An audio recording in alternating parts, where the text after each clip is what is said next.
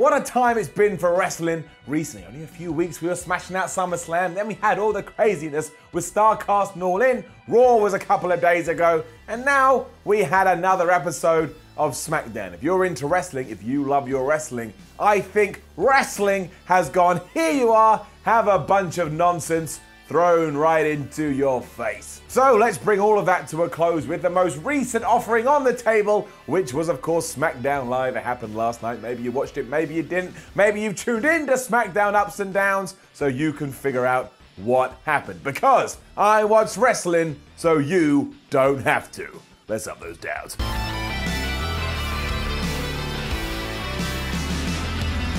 WWE is trolling me. That's the only thing I can fathom, because the first damn thing we heard on SmackDown Live was pre-mode. And I promised myself I wasn't going to reference that anymore because I'd already run it into the ground. But when WWE attacks me so viciously, I've got no choice but to call them out. So you know what you've done, Vince McMahon. You're getting it down. It's an up for the segment itself though, because Daniel Bryan and Brie Bella did arrive on the scene to chat about their upcoming match against The Miz and Maurice. Renee Young, who was hosting the interview, did indeed show some footage from last week when Daniel Bryan took on Andrade Cien Almas, and also some stuff that was taken earlier in the day when The Miz and Maurice called out Daniel Bryan and Brie Bella before the show had even started, and they were just stood there in an empty ring. What? That is like me doing ups and downs, never putting it live and then wondering why nobody viewed it. Makes me an idiot. This prompted Almas and Vega to come out. They challenged Daniel Bryan to a match. He accepted.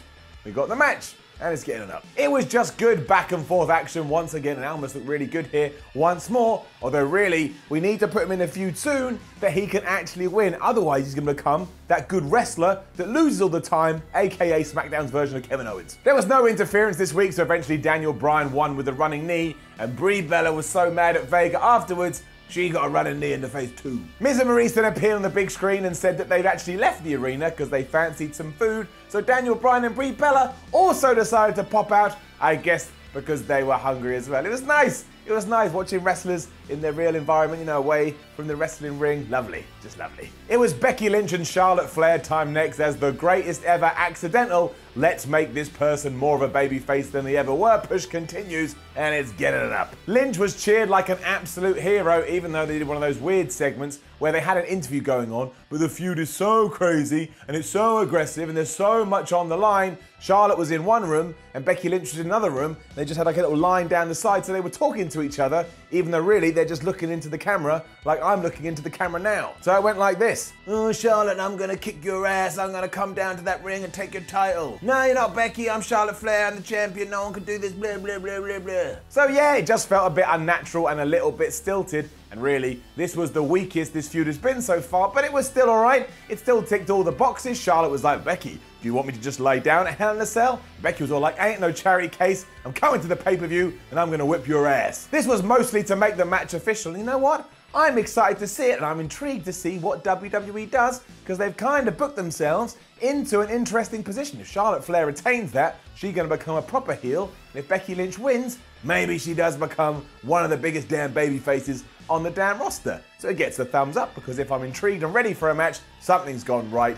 Hey. And what followed made me very happy, as it did indeed prove I can predict the future, because we had another match between the Iconics and Naomi. And yeah, I'm going to be a hypocrite anyway because he gets it down. Why? Because for yet another week, we just saw Naomi beat Peyton Royce, although this time she did it after a sunset flip. And I know, a few weeks ago I said if WWE turned this into a little story, I would retract my down. But as it turned out, the story is no good and it's really boring. Given that the Iconics did lose, they both got mad and Billie Kay got in there and they started to lay the boots to Naomi. And just like I had said a week ago, Asuka's music hit, she returned to the program and she helped Naomi out. And yeah, I turned my back on what I said, which makes me an asshole, but I just gotta be honest. If I'm not honest, I'm being a liar, and I ain't a damn liar. I just don't want to see the Iconics versus Naomi and Asuka, especially when you remember the year Asuka has had.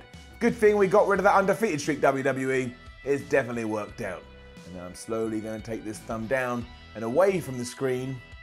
You don't deserve it. Had a cool promo video for Jeff Hardy versus Randy Orton at the Hell in a Cell, underlining that yes, this will be Jeff Hardy's first ever Hell in a Cell match, so who knows what he's going to do. And then later on, we had another one focusing on Randy Orton That was good too. It's just one of those, really good WWE video packages they do, and you go, oh yeah, you're really good at production, WWE gets it up. The Miz nonsense continued after this too, because can you believe it? They hadn't actually gone to dinner at all, and they were at the arena, and they bumped into Paige, and because they got into a bit of a fracas, Paige said, well, unfortunately, Miz, you're going to be in a match later. It gets an up because it was another step in a show-long storyline, and if you watch these ups and downs videos, you know I love a good show-long storyline, even if I don't get a good payoff at the end. At least it gives me a reason to start the show and a reason to watch the show, to get to the end of the show to see what happened throughout the show. #show. I know a lot of people like this as well, but I think just a little bit we may have jumped the shark when it comes to all this R-Truth and Carmella stuff, so when they first did it, it's getting it down. No one will agree with me, and that's cool, I get it, I still love you, but here, Truth did indeed bump into Maurice, but he thought she was Carmella, and that annoyed The Miz, so The Miz called Truth unrelevant, and he has been for the last 7 years, because that's not a tag team. So later on in the SmackDown main event, it is going to be The Miz versus R-Truth. Truth also quipped that he doesn't get what Carmella sees in The Miz, and I tell you this bit didn't work, but later on, it did work, so that means it's just smiles, peaches and cream all round. A very cool segment between AJ Styles and Samoa Joe followed, because of course it did. These two are just great getting up. Obviously last week Joe threatened to go to the AJ Styles home, but he was lying because he was here this evening and he got in the ring and he cut a damn good promo, because of course he did. He's Samoa Joe. Also though, Todd Phillips on commentary when he saw Joe was like, oh, what's Joe doing here? I thought he was meant to be at AJ Styles' house.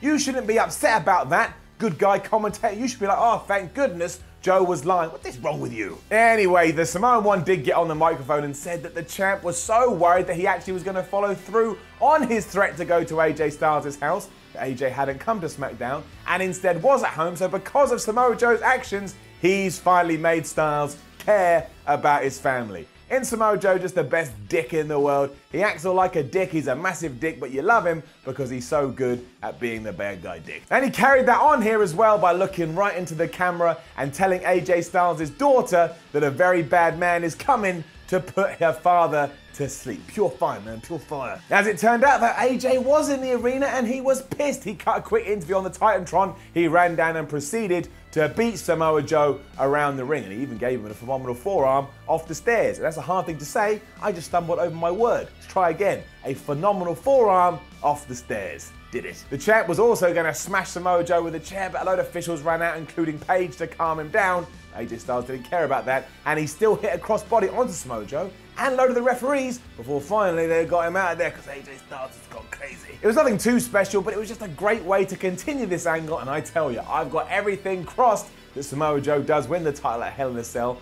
Can you imagine? Can you imagine this guy, this character, being your WWE champion? It would be devastatingly badass, and it would justify everything that Joe's been going on about, and that could just make Styles all the madder. Make it happen, WWE. Don't make me sad. Which brings us to R-Truth Part 2, where I've got to hold my hands up and say he got me here, and therefore it gets set up. He was backstage with Ty Dillinger, and he eventually found Carmella, and he said to her, please be in my corner later, because I'm fighting The Miz, and I know when The Miz goes out there, he's going to have someone in his corner, and it's going to be Carmella. That made me laugh. That's the dumbest thing I've ever heard, but I liked that. Carmella agreed because she was annoyed that Maurice had dissed her earlier, and then Truth turned to Ty Dillinger, who was confused about all of this, and said, Mr. Dillinger, I've just shown how you get booked into the main event on SmackDown. I like that little reveal. I liked it. R-Truth was being smart, and indeed, he got himself in the last match on the program. Yeah, a little bit different. And yes, my friends, then Glory finally came to SmackDown Live, because it was indeed Rusev Day,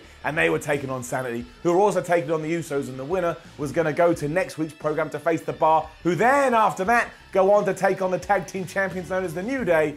Can you believe it? Rusev Day won. Give it up. In fact, give it a gold up. I don't even know what that is, but I liked it so much, it gets a gold up. It was a pretty decent match between them all as well, and there were barely any shenanigans, which means when Rusev finally won after the match could kick, it made it all the better. And also the finish came when Aiden English saved Rusev. He pushed his foot off the rope when surely he was going to lose, and that made me happier still, because now you know Rusev Day, they're back, they're together, they're loving it, and they're heading on to become the #1 contenders.